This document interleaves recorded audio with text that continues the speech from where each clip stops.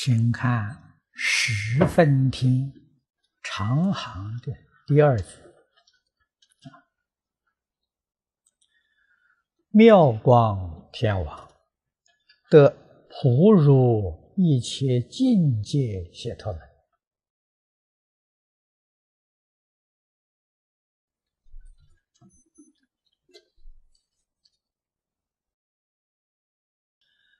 清凉大师在注解里面给我们提示，以无限方便普证法身之境。这个注解跟经文合起来看，意思就显得很深很广。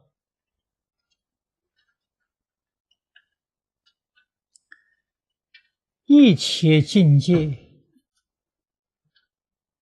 就是法身之境。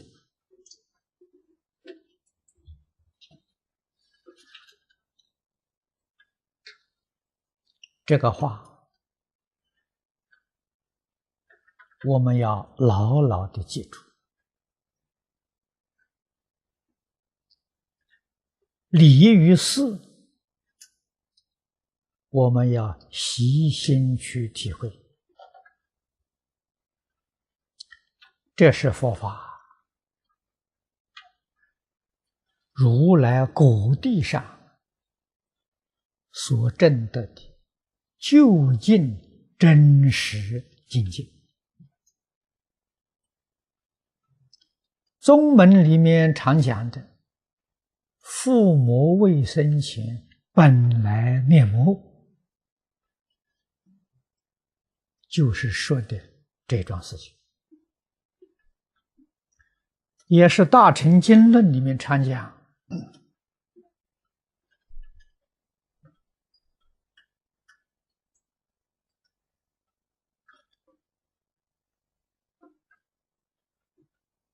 自信、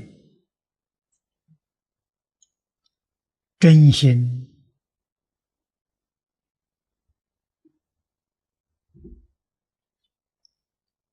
真如、第一，佛说的名词术语有几十种之多，也都是说的这桩事情。那么现在如何入？不但入，要普入。你只有入没有普，你是分证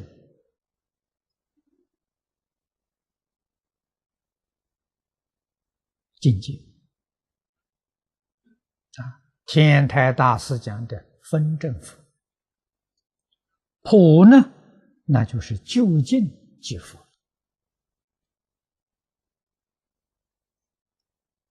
所以从这一句经文来看，妙光天王很明显的，他是如来的化身证得究竟佛果，以天王的身份示现在世间这十分天是越界第三层天，并不是很高的所以我们在这个经文里面看到，每一个人都是诸佛如来应化的所以这个境界是不思议境界。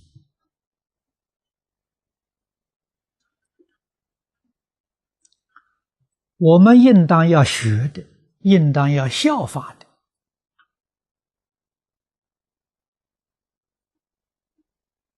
怎样能够随顺一切境界。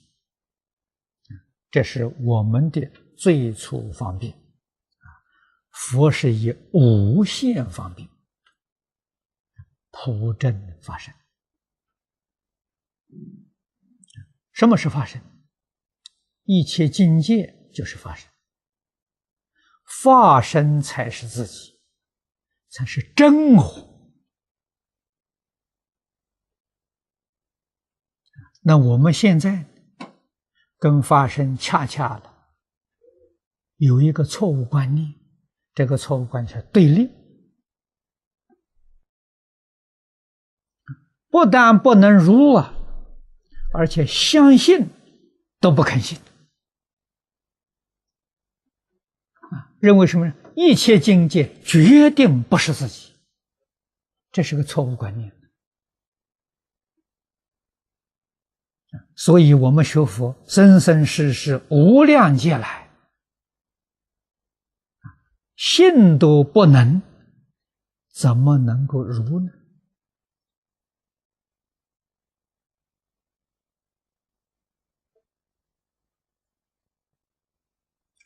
一切境界从大的方面来说，就十法界。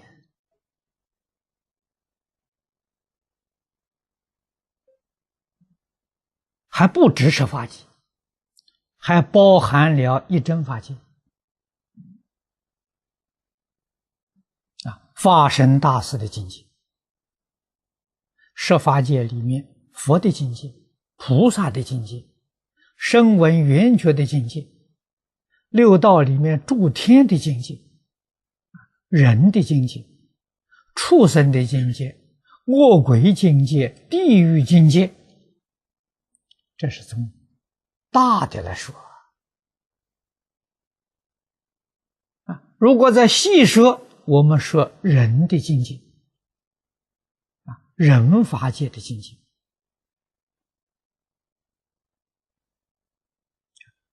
人的族类就众多啊。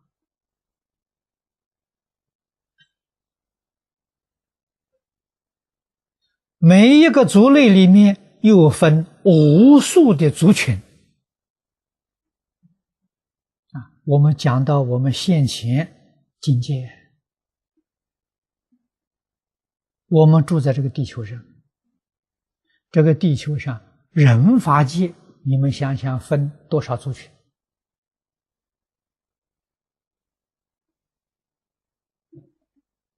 大的族群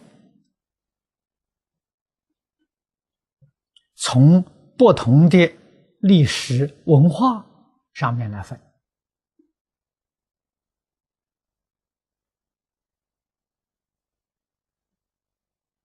种类就许多从肤色上面来分，有白种人、黄种人、红种人、黑种人，这个都是从一个法界里面就分不同的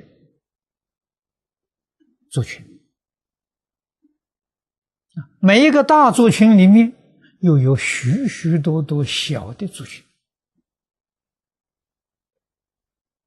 从不同文化上去分，不同种族上去分，不同信仰上去分，不同宗教方面去分，更小的从不同爱好方面来分，那这是分到最小的了。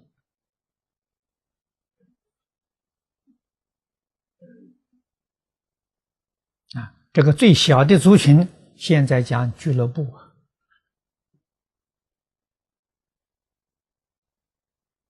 这是从爱好上来分的，越分越小于是这些族群，不同的族群无量无边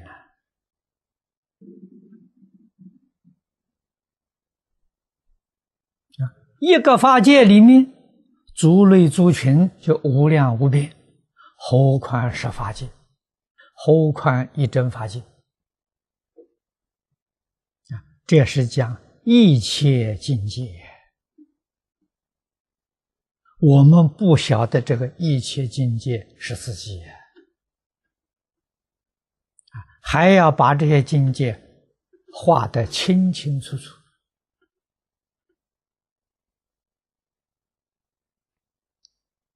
不同的族群、不同的宗教，尤其画得明显。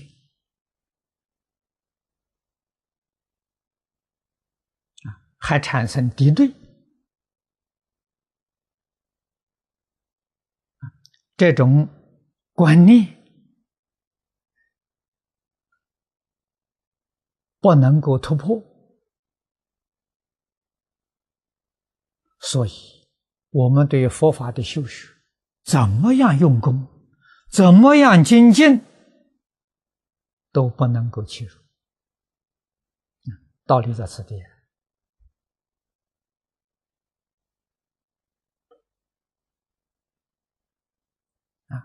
现在读了华严，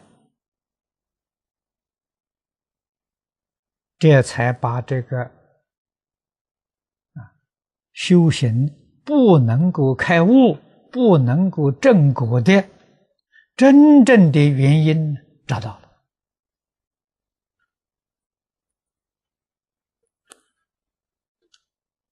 实在说，我们从来也没有想到，虚空法界一切众生是自己，没想到啊！这些菩萨们为什么他们修行能成佛？纵然没有成究竟佛果，他们也证得了分证的佛果。分证是真佛，不是假佛。他们为什么能？我们为什么不能？他们明了，肯定虚空法界一切众生是自己。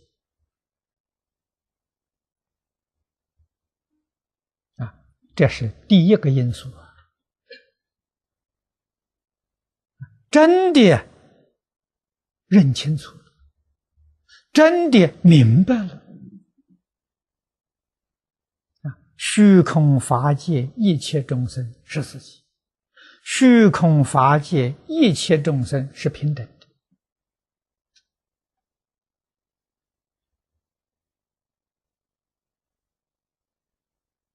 这是菩萨们修行正果第一个条件，第一个因素。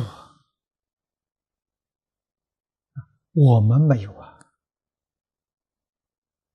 我们实在讲，一向把虚空法界一切众生看作对立，你不是我，我不是你，我们彼此对立的。只要这个对立的观念存在，这种妄想分别执着存在，我们生生世世永远不能脱离轮回。要晓得这个事实真相是什么？是自己跟自己对立，本来没有的，是你自己虚妄建立的界限。这个事情麻烦了。学佛，学大方广佛大方广华严经，还是世间法，还不是佛法。这个也给我们证实，境随心转。大方广佛华严是如来果地上的境界。我们来学习，因为我们有妄想分别执着，把大方广也变成世间法。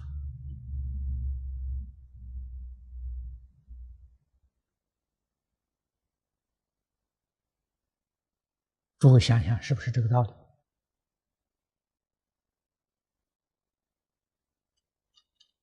如果我们有佛菩萨同样的认知啊，虚空法界一切众生是自己，世法也变成佛法了。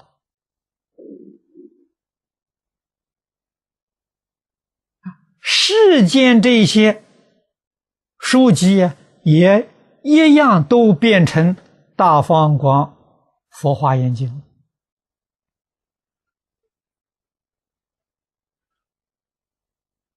这是真的。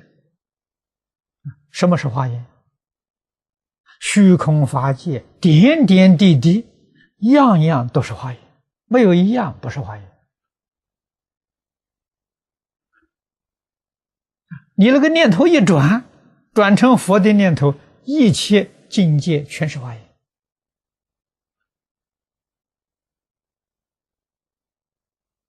转不过来，华严经也不是真的，也不是佛华严是我们凡夫的华严，决定不是佛菩萨的华严。这个是说得很清楚很明白，境随心转啊。我们是什么心呢？入什么样的境界？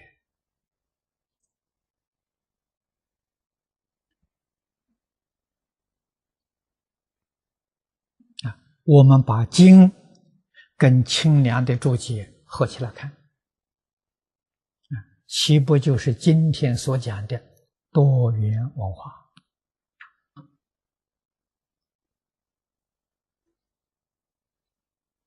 一定要认识清楚，多元文化是一个整体。我过去讲过，一个生命共同体。这一个生命共同体是什么呢？就是此地所讲的法身之境这个清凉大师注解里面讲的法身之境，简单说就是法身。大乘经里面常讲，十方三世佛共同一法身，共同一个生命体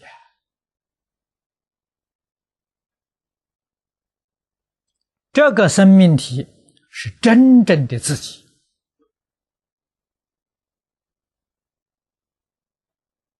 我们不知道，六道众生不知道。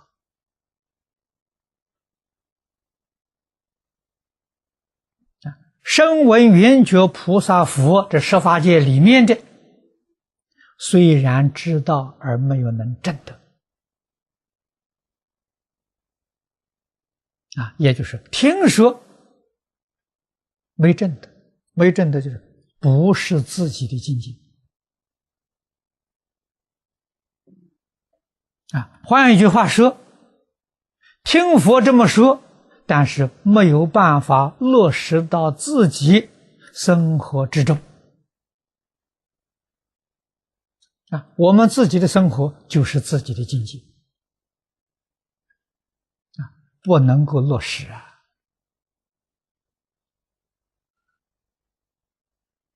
佛教给我们用真诚心对一切众生，对一切不同的族群、不同的宗教，我们没有办法做到。佛教我们用清净平等心处事待人接物，我们没做到佛教给我们用大慈悲心、清净平等的爱心，对于一切众生，我们也没做到这就是理跟事似乎是知道而做不到，我们还是凡夫境界还是六道轮回的境界，转不过来嘛。那么换一句话说，谁有能力转过来了，这个人就超凡入圣。凡圣确实在一念之间。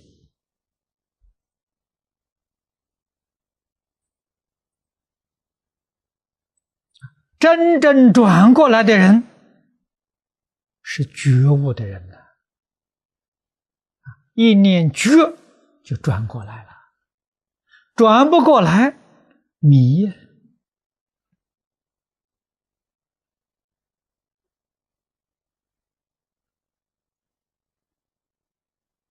怎样转迷为觉？这是佛法讲的功夫了，这是真功夫，这是真修行呐，要转过来呀！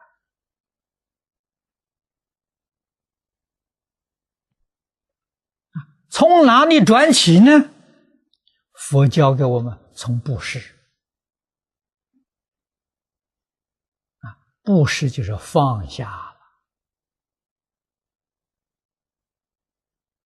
放下自私自利，先放下身外之物。所以佛教人确实无限方便就是无量的方便。我们从哪里做起？我当初学佛，张家大师教我这个方法。这个方法用的很正确，很有效果先从财布施，财是身外之物原来我们不懂，对财物很吝啬看得很重舍不得给人现在学了，舍不得也要舍得，勉强去做，一定要做，不做不行，不做你就没有入门之处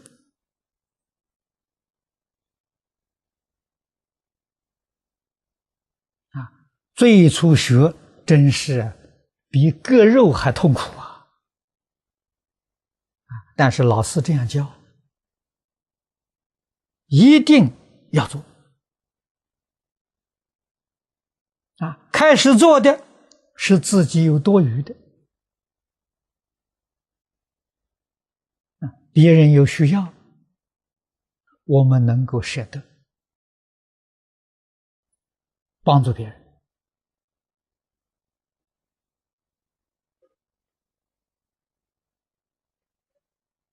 我自己大概前世没修福这一生生活非常贫苦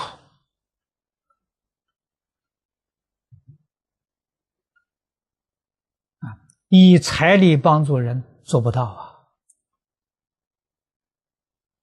没有这个力量自己很微薄的收入这有许多同学都知道，我生活非常节俭这些钱呢有那么一点钱呢都用来买书我喜欢读书一生喜欢读书那我能够布施的就是布施书书都是自己喜欢都是自己心爱的读了之后送人人家喜欢的是送人在过去没有学佛之前，我的书绝对不会送人，不但不会送人，人家向我借我都不借给他吝啬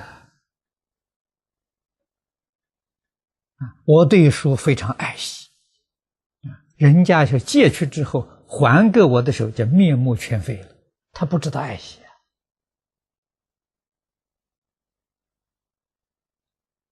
所以接受张家大师教诲之后，就认真干了。人家也问我借，我可以借给人家，这就是布施啊。人家问我要，我也勉强可以送人。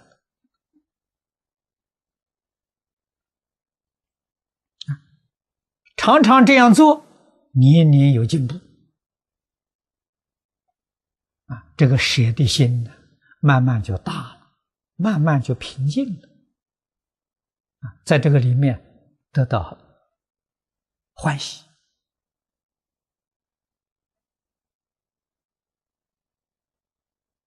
买了一本新书，非常好的，自己还没有看，人家看了想也可以给人看，人家要也可以送人了。很多年才锻炼成这个功夫能够做到舍己为人别人第一，我自己退居到第二没有学佛是我是第一了，人家是第二第三了。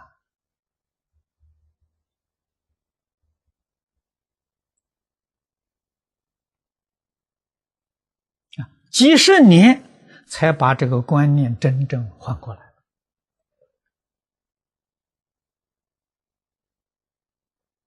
起心动念再没有自己了。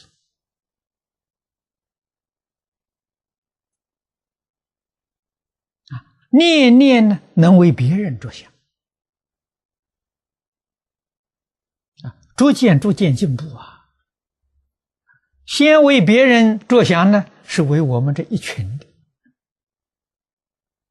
学佛的善知识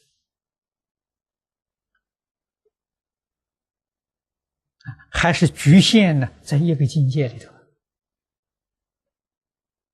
从个人突破之后知道爱别人，但是别人说还超不过我们这一个族群的界限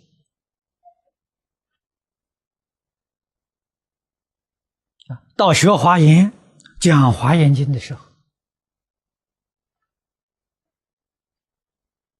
我第一次讲华严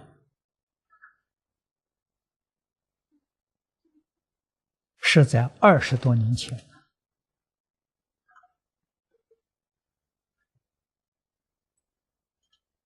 学了华严之后，这个才明白，我们过去局限在一个族群里面呢是错误的。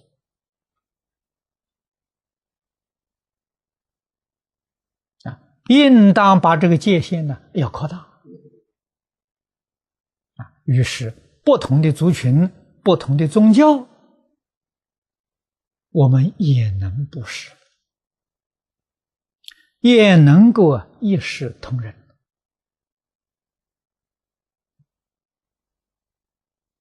这是界限扩大了这个扩大就是说你有进步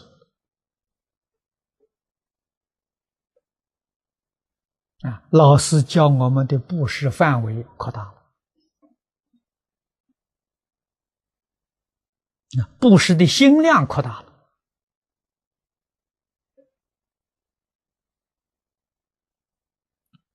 烦恼就轻了，智慧就长了。所以，如果我们不能够很认真努力去做，克服自己的烦恼习气，特别是悭贪的习气、嫉妒的习气、嗔恚的习气，如果要不克服，我们就不得其门而入。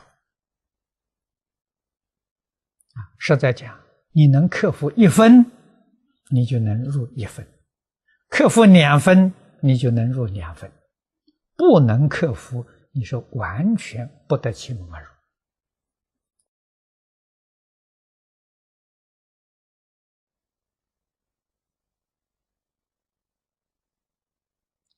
所以孔老夫子讲的讲学改过，这2句话讲的太好了。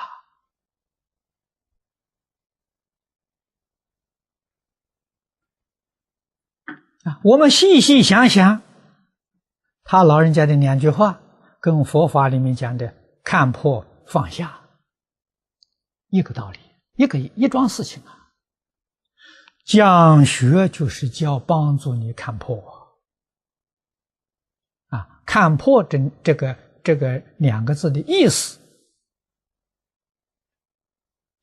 对于宇宙人生真相明白了，看破就是明白的意思啊。讲学讲经，帮助你看破啊。改过就是放下啊，放下我们一切错误的想法看法，错误的说法做法，放下了，这就是改过啊。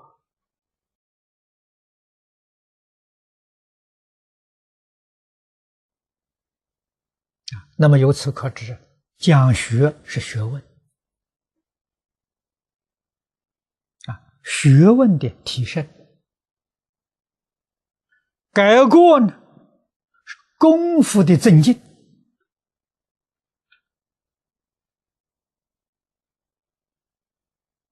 啊。在佛家说，看破是学问，放下是功夫。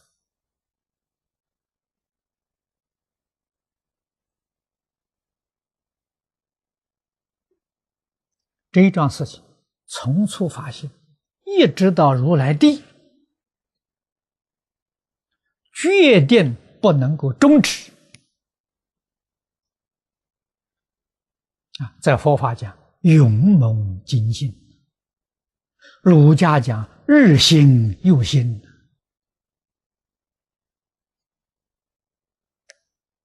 世出世间，大圣大贤，他做什么事情？就做这么一桩事情而已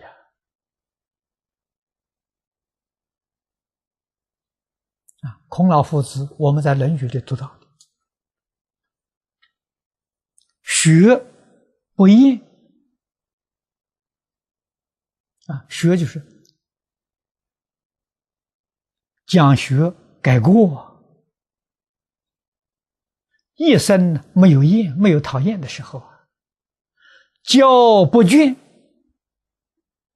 啊，学在佛法讲是自利自度，教是利他度他啊，教不倦，学不厌，世间大圣啊，出世间的，我们看释迦牟尼佛表现的49年讲经说法啊，教化众生，无有疲厌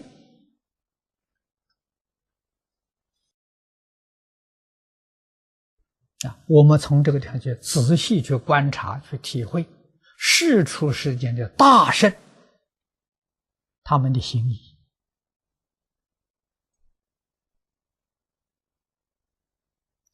我们今天选择的行业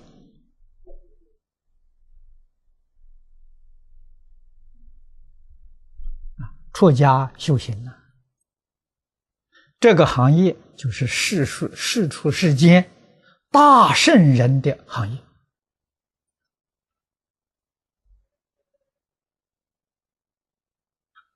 佛家常讲如来家业，如来家业是什么？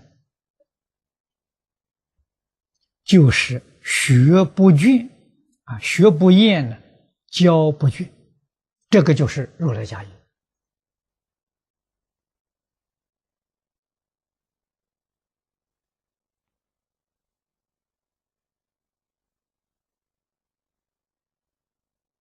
我们是不是认真努力在做呢？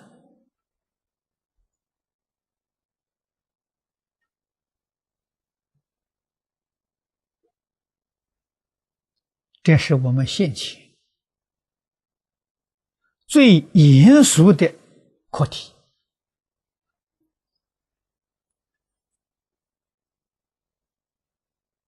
果然很认真、很努力在做。我们是真正佛弟子啊！我们真正在学圣学贤呢。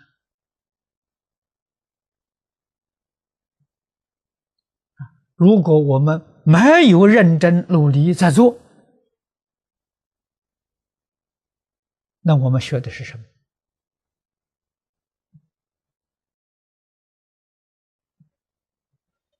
我们今天取得这个形象，披上这个袈裟，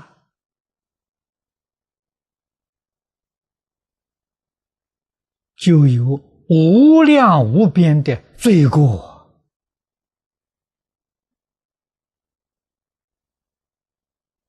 这个形象，佛法里面讲的天上人间第一等尊贵的形象，天人师啊！现在世间人对这个形象不尊重了，但是你要晓得，天人尊重。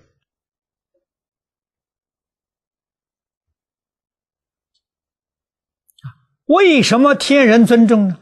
天人明白。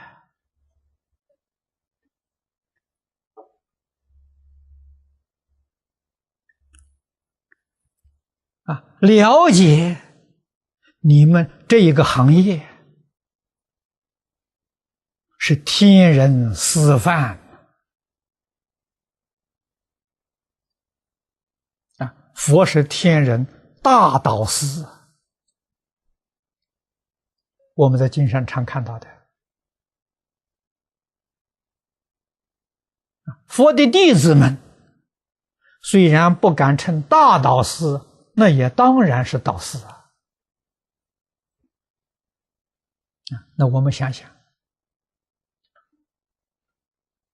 我们起心动念，一切造作，能不能给诸天一切人们做好榜样？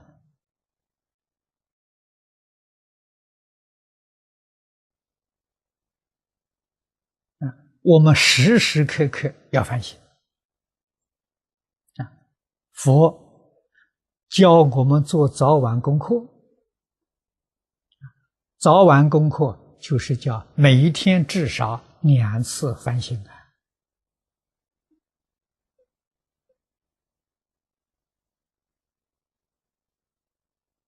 早课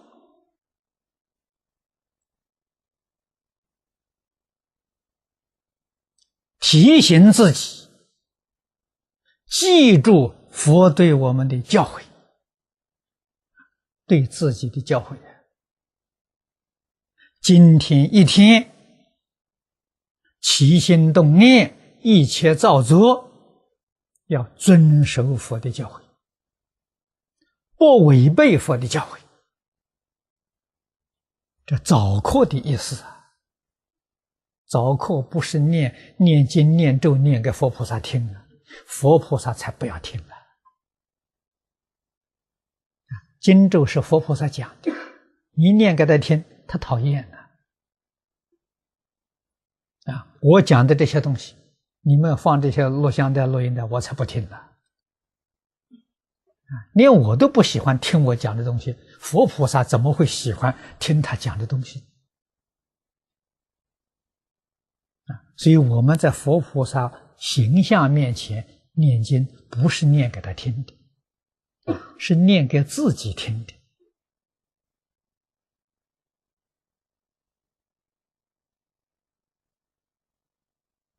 佛菩萨给我们做证明，我们依教奉行，好好的学习。早课是这个意思。现在多少这个佛门的一些同学们都把这个意思搞错了。以为我早晨念念经，念给佛菩萨听，佛菩萨就喜欢了，佛菩萨就保佑我了。错了，错得太离谱了。晚课是反省、检点、忏悔、改过。想想这一天，从早晨起来到晚上，我起心动念、所作所为，有没有照佛菩萨的话去做？佛教我们做的，我们做了没有？佛不叫我们做的，我们是不是做了？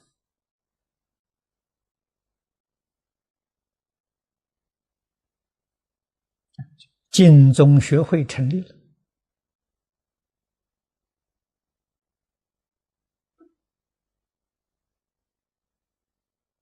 我交代悟行法师重新编一个课诵本。为什么呢？古人那个课诵本在他那个时代有利益。早课楞严咒、大悲释小咒，从前人念有利益，能得清净心。现在人做了这个早课，心里面还是散乱的，得不到利益所以我就把这些咒改作经文。咒不念，念无量寿经第6品48愿，选这一段经文来念。这一段经中之经，怎么说是经中之经呢？隋唐时候，古大德做了个比较，佛49年所说的一切经，华严第一。华严就代表释迦牟尼佛49年所说的一切教义，都在华严里。华严跟无量寿经做比较，古大德说无量寿经第一，就把华严比下去了。为什么呢？华严最后的圆满，10大愿望导归极乐。无量寿经就是极乐的境界归极乐，华严归无量寿无量寿第一了。无量寿经下老居士这个汇集本48品，哪一品第一？第6品第一。第6品是阿弥陀佛自己说的48愿，这个经中之经一切经的精华了。我们要了解，我们选这一段经做早课读这一段经，希望效法阿弥陀佛，学习阿弥陀佛，跟阿弥陀佛发同样的心，立同样的愿。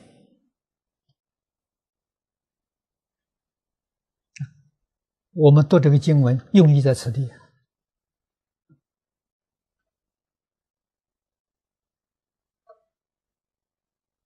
以阿弥陀佛所发的48愿，启发我们自己，从心性里面呢也发起48愿。这是真学佛，这个早课没有白做。晚课我们选择无量寿经32品到37品。这一段经文讲的是什么呢？五戒十善。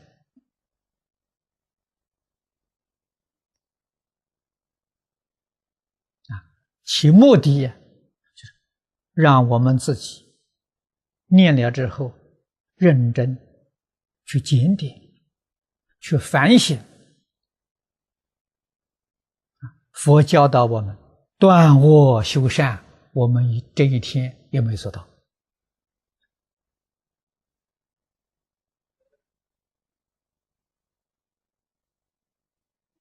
做到了，要勉励自己，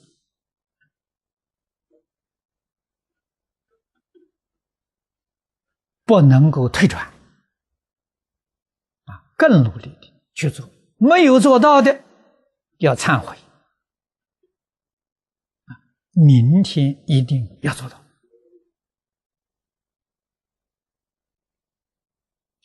这是晚课的意义。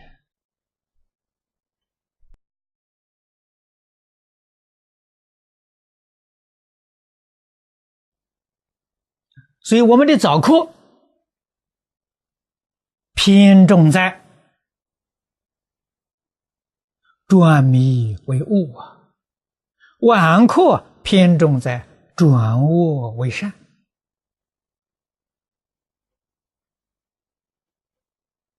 我们是以这个理念来重新定朝末二课，提供给修净土同学们做早晚课。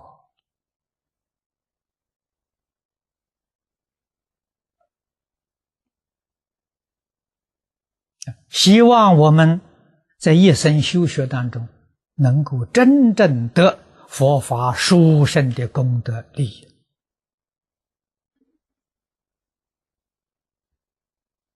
如果不是这样的认真努力去做，只着重一个形式，形式是得不到利益的。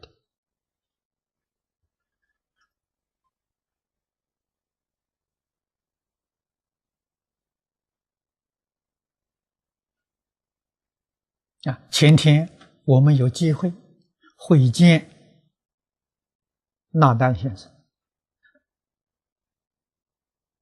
他是印度人，他对佛法懂得。他说佛法重修行而不重仪式，人家这个话说的高明啊。如果我们今天只重仪规，不重修行，那就完全错了。佛法有仪规，仪规的用意在哪呢？仪规是戒淫促学的。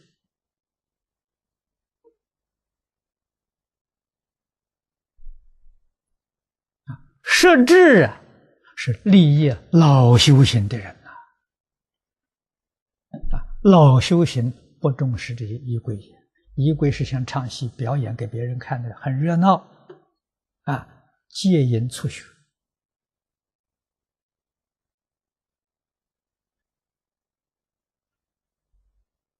因此在寺院庵堂、佛教道场，仪规不能不重视。为什么呢？要戒淫大众那么诸位在家里面修行，就不必搞这些仪规家里面修行也要搞些仪规。你家里有一些不相信佛教的，讨厌你天天咒你，天天骂你，诽谤你，你不是叫他造罪业吗？你自己想修行不错但是你叫你家人造罪业，你怎么忍心让他堕落？毁谤三宝是造阿鼻地狱罪业，不可以家里人不念佛我每天念佛不出声音，他不知道那他就不造罪业了吗？家里面人都学佛，欢喜念佛，你出声念可以你读经他们看到欢喜否则的话，在家里有家人在的时候，不要去读经不要惹家里人反感，不要惹家里人诽谤，这个道理要懂要有慈悲心。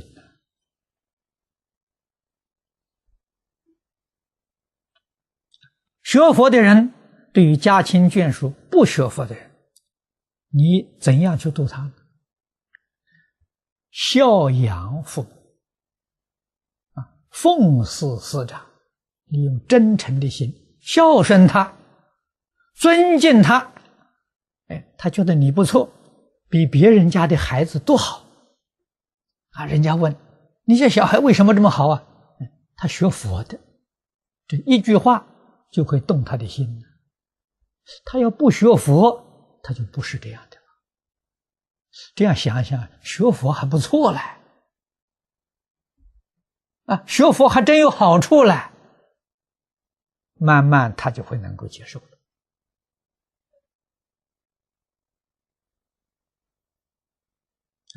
做出来给他看表演给他看让他自己慢慢去比较学佛的儿女跟那些不学佛的儿女有什么不一样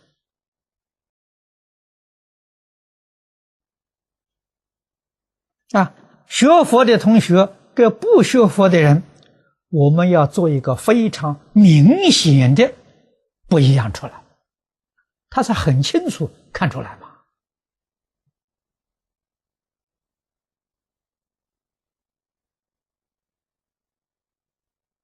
我们求学做学生在佛学院念书，培训班念书也是学生。学佛的学生跟那个不学佛的学生不一样在哪里？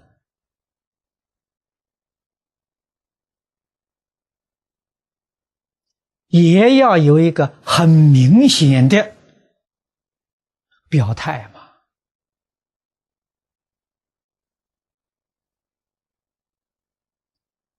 这就是我们利他了，自利利他了，自行化他了。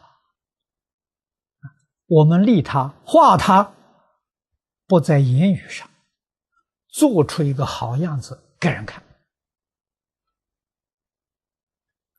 做出一个好样子给社会大众看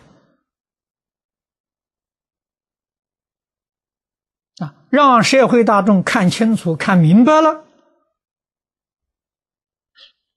佛法的教学我们要不要接受？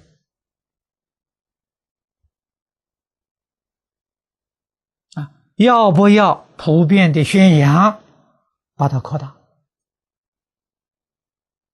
这个事情不必要我们说，不必要我们劝，要人家从内心里面真诚的感触到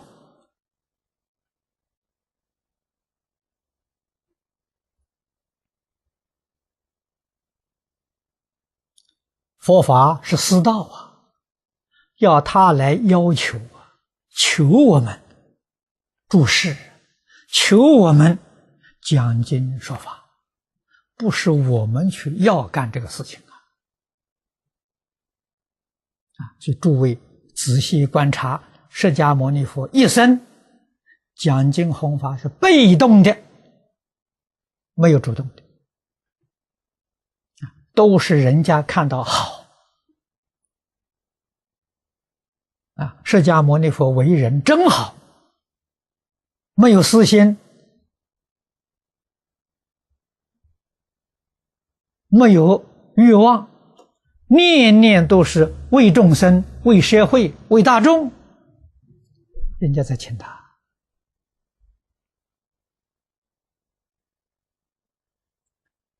我们要学佛，释迦牟尼佛就是榜样一定要跟释迦牟尼佛学要跟阿弥陀佛学阿弥陀佛是释迦牟尼佛给我们介绍的释迦世尊对阿弥陀佛非常赞叹呐，给我们介绍是阿弥陀佛是光中极尊，佛中之王。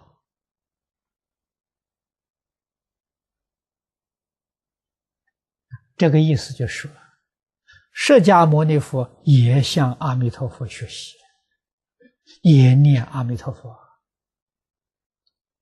念就是向他学这个念诸位要知道，不是口念我们现在念佛了，是口念了，心未必有佛有口无心所以没有感应诸位要知道，念，你看中国那个念佛的念字，什么意思？心里面真正有佛念是精心现在的心你现在心里头真有佛，这个叫念佛，不是在口念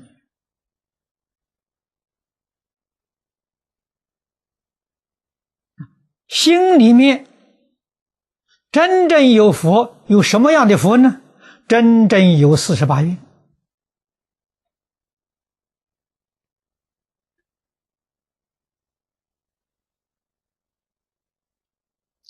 佛在经典上所讲的一些理论，你心里头真有；所说修行的方法，你心里头也真有。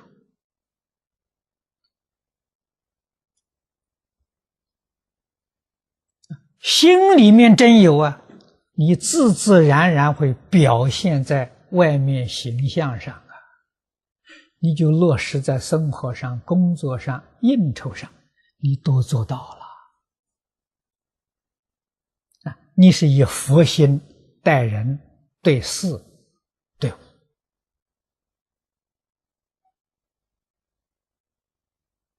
这个叫真念佛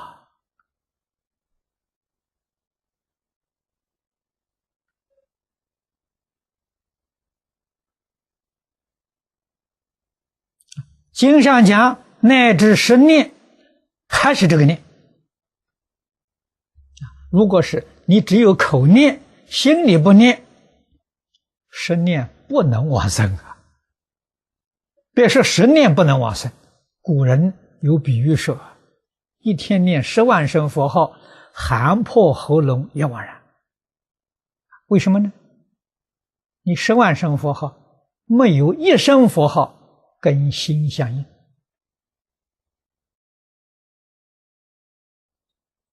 所以念佛这个念诸位要记住那个念是精心不是口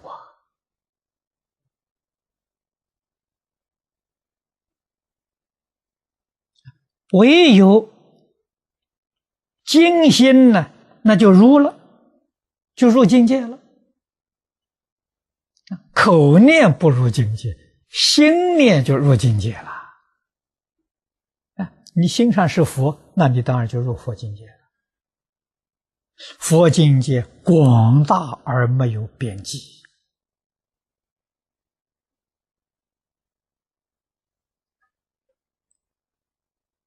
心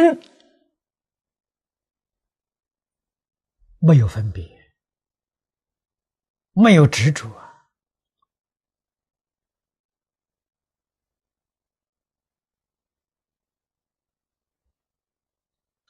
可是要落在思，落在想上，思跟想是妄心，不是真心。真心没有思，也没有想思是什么呢？思是分别心起了分别了，分别就有界限所以心上给你画上好多个字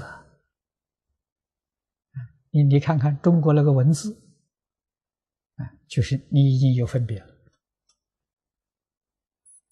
想是什么呢？着相了。你想什么，就有什么相变现出来。你想一个人，你就有个人的相；想一桩事，就有个事的相。想到哪里去玩，那个地方相就浮出来了。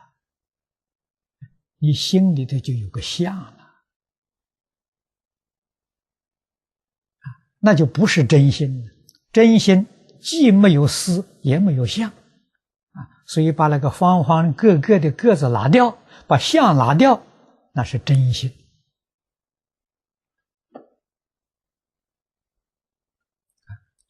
真心就是佛心呐。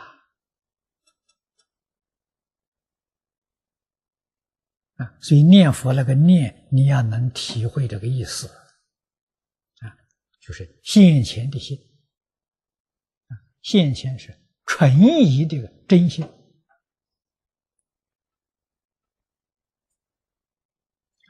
佛的经典就是真心。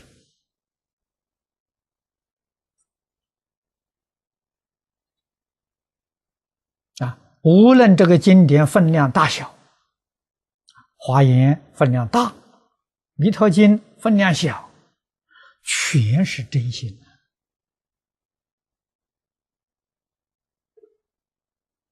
我们要怎样去念呢？才能够相应呢？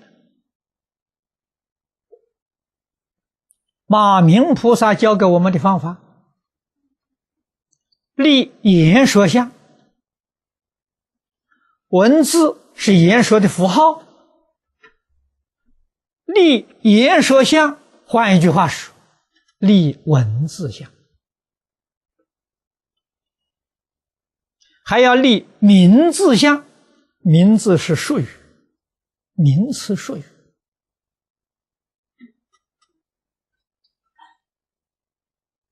立心缘相，你要能立这三种相你才叫真正的念经真正的念佛。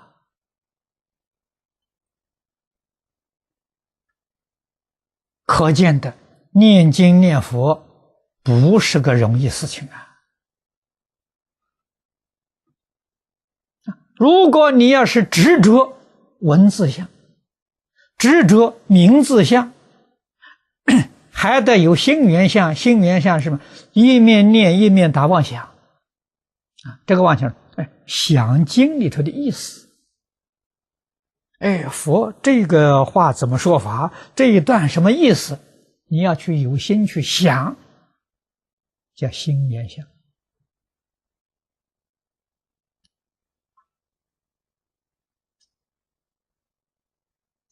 换一句话说，真心念真心经典是真心我们用真心念真心，那才叫念经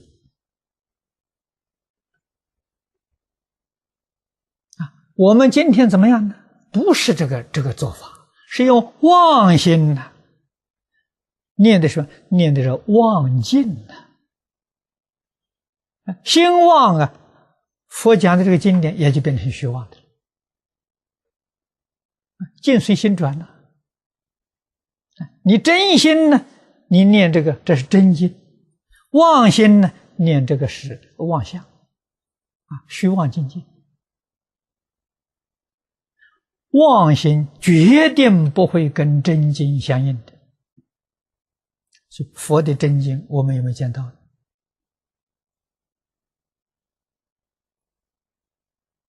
大藏经摆在你面前，那什么虚妄相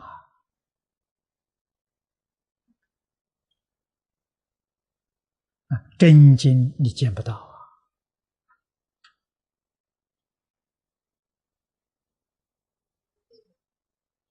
这个道理几个人懂，几个人会所以读经智慧不开修行功夫不得力。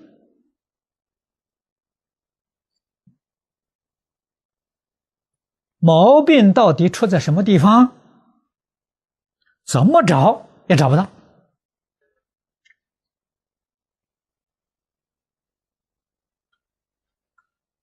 实在是，真的是怎么找都找不到，越找越远呐。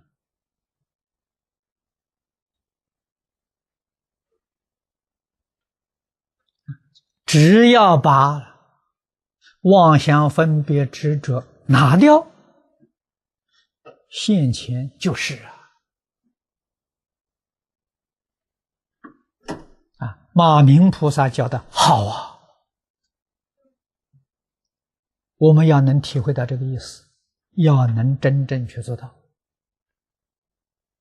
也就是说，我们展开经卷，不着文字相，也不立文字相不着名字相，也不立名字相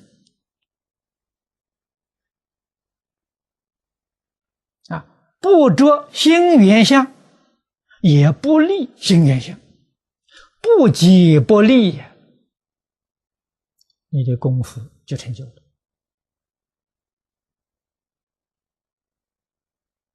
这个才是《金刚经》上所说的立一切相，即一切法《金刚经》上说立一切相，那个立你要懂得它的真实意义如果你看错了，你不要了，不要了是你躲在无明，躲在妄想里，你什么也不能成就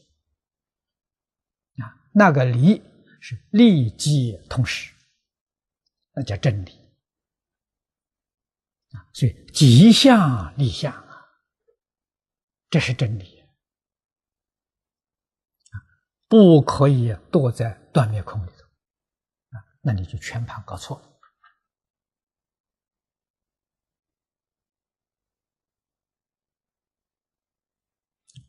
读经如是，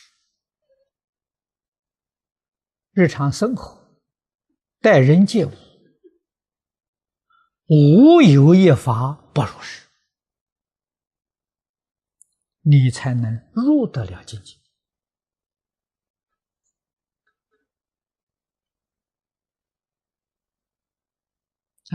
入这个境界，这是什么境界？小乘的声闻缘觉全教菩萨境界为什么呢？你的心量不够大，你不能入一切境界心量要大了心量大就是佛法里面常讲的发菩提心我们今天心量为什么这么小？因为你有思有想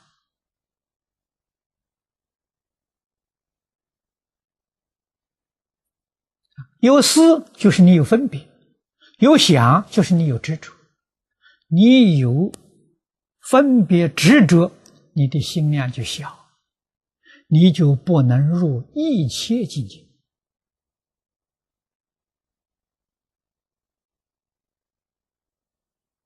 入一切境界才能见性，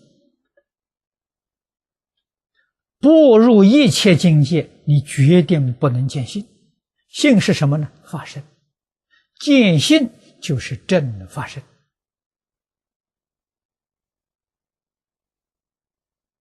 禅宗里面说大彻大悟，明心见性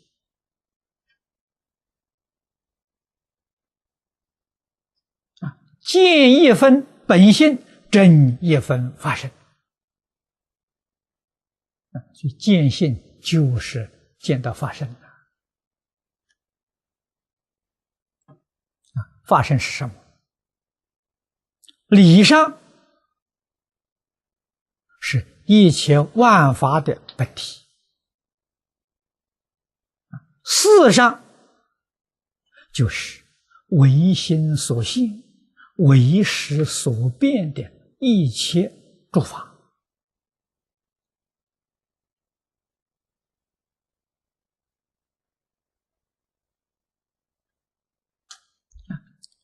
正德发生，理事度正德。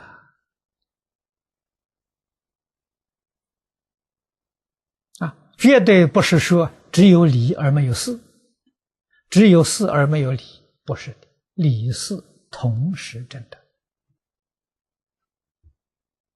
这叫入啊。那么由此可知，我们的心量要不脱开，一切境界你就没有办法入。入的浅显的意思，最初的方面，包容。这个话说的大家比较容易懂。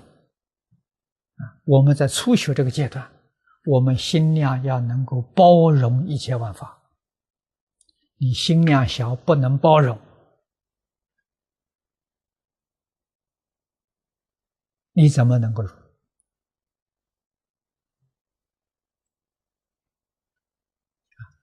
一切法都要能包容啊！一切境界就是一切法无有一法不能包容。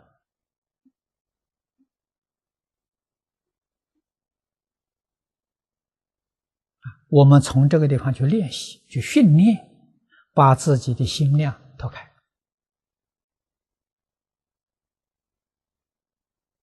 把自己的心量扩大，逐渐的去扩大。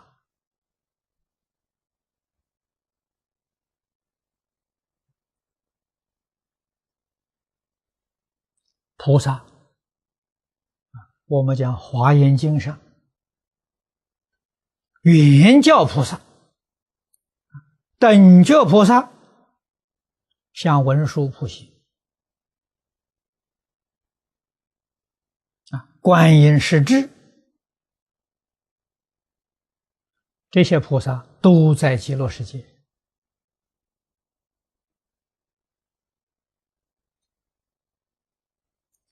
他们是不是普入呢？就我们境界来说，他们普入了；对佛来说，他还欠一分，还没有达到圆满。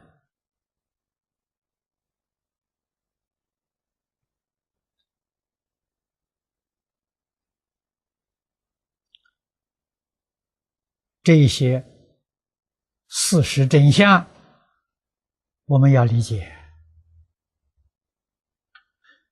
决定不要说我现在的心量已经够大了，已经可以了。你比文殊普贤差太多了。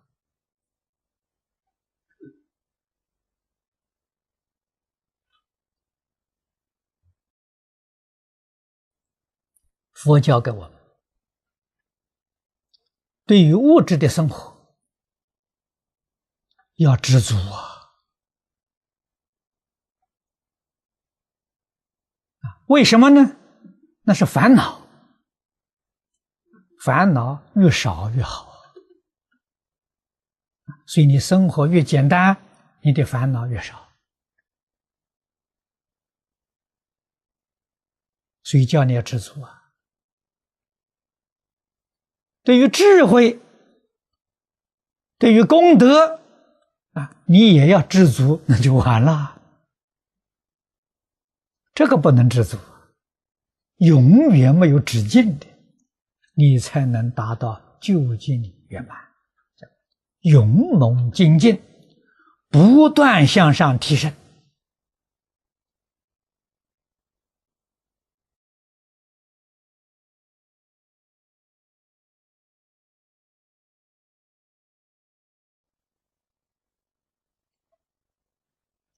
知足这两个字的意思，也是深广无尽。浅的意思一般人知道，稍微深一层的意思，知道的人就不多了。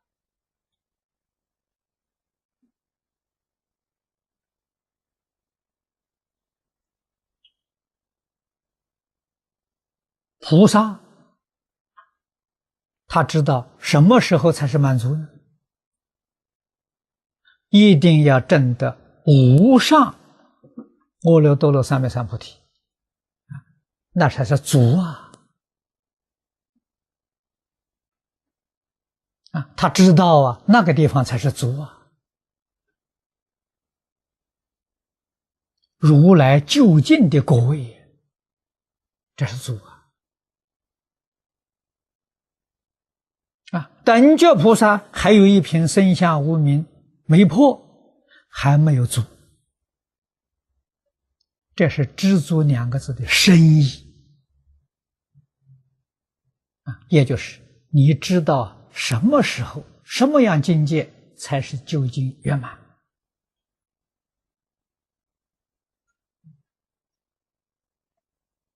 我们反复对知足两个字的意思解释的浅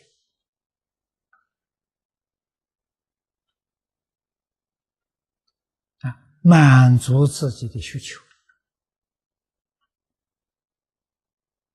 这叫知足。而自己需求越少越好，越少越接近道为什么呢？凡夫所有一切需求都是大道的障碍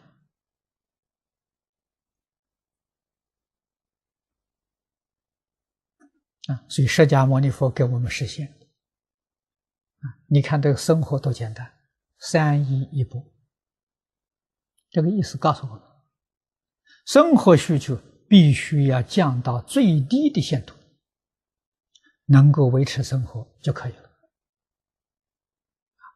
不必再有多余的要求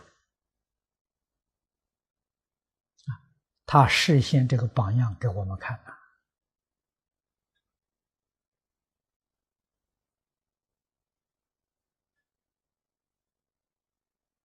我们以为他这种生活方式很苦殊不知他那个生活方式才最乐、最自在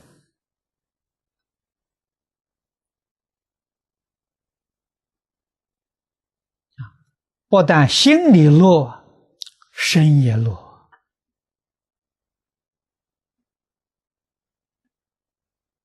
心没有忧虑，身没有苦恼，身心自在，身心安稳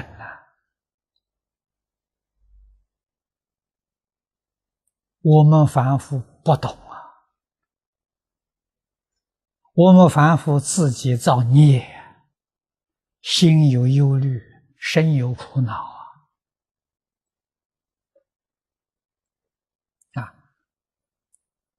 怎样去追求五欲六尘的享受？说实在话，都是糟蹋自己的身心，全是妄想、分别、执着。这种大道理，这种事实真相，谁知道？只有佛菩萨过来人他知道他们的生活方式正确的，我们的生活方式错了如果不是佛不厌其烦重重为我们开示我们听多了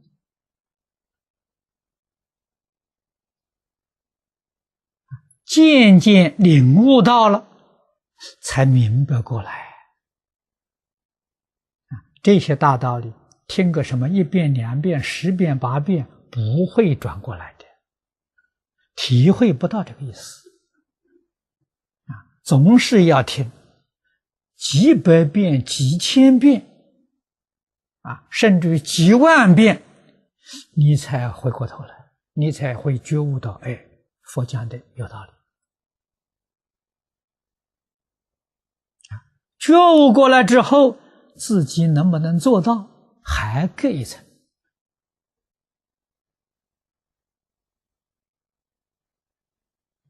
觉悟过来，在佛家讲是解悟，你明白了，明白之后怎么样？你看破了，还没放下，还不能够入这个境界。换一句话说，佛菩萨那个乐趣，你还是体会不到，你享受不到。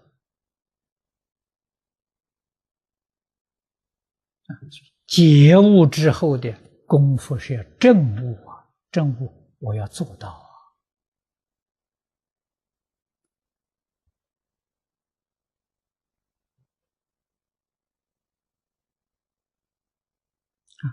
一切境界跟诸位说是一个境界，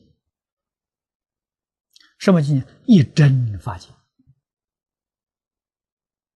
啊，这是华严经常说的，一界是多，多界是一，一切境界为识所现啊，所变，一个境界为心所现，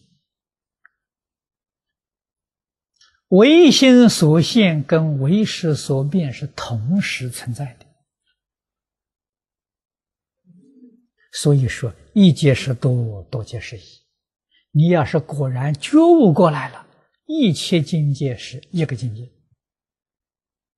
所以诸佛菩萨无论示现在哪个法界，设法界，不管示现什么样的身形，不管示现过的是什么样的这种生活方式，他的享受是平等的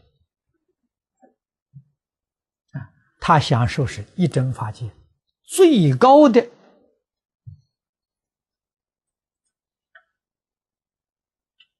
喜乐啊，无上的喜乐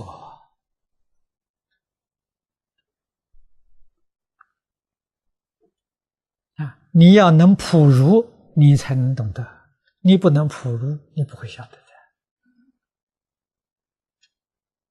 啊！不像我们凡夫，我们凡夫这个喜乐是有差别的，是有等级的啊！为什么呢？我们完全受为识所变那个范围，不能突破这个范围啊！为识所变，用现代科学家所说的话，就是无限不同的空间位次，是为识所变。唯心所现完全突破了啊！决定没有什么时间空间的存在，没有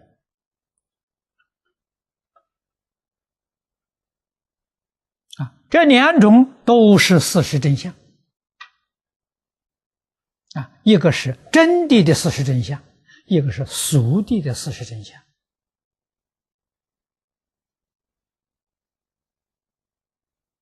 我们都要能明了啊，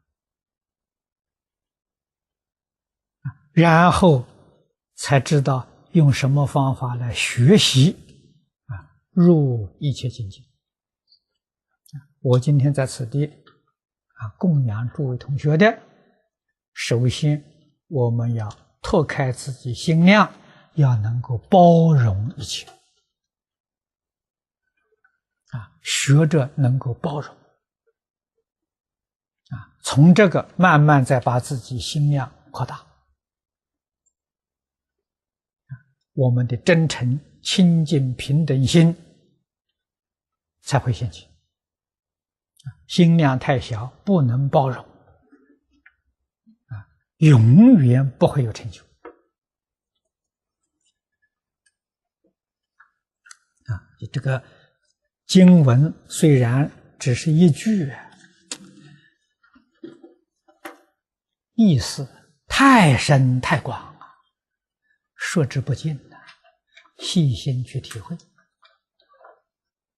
啊，努力去修学，我们的境界就会逐渐向上提升。好，今天就讲到这里。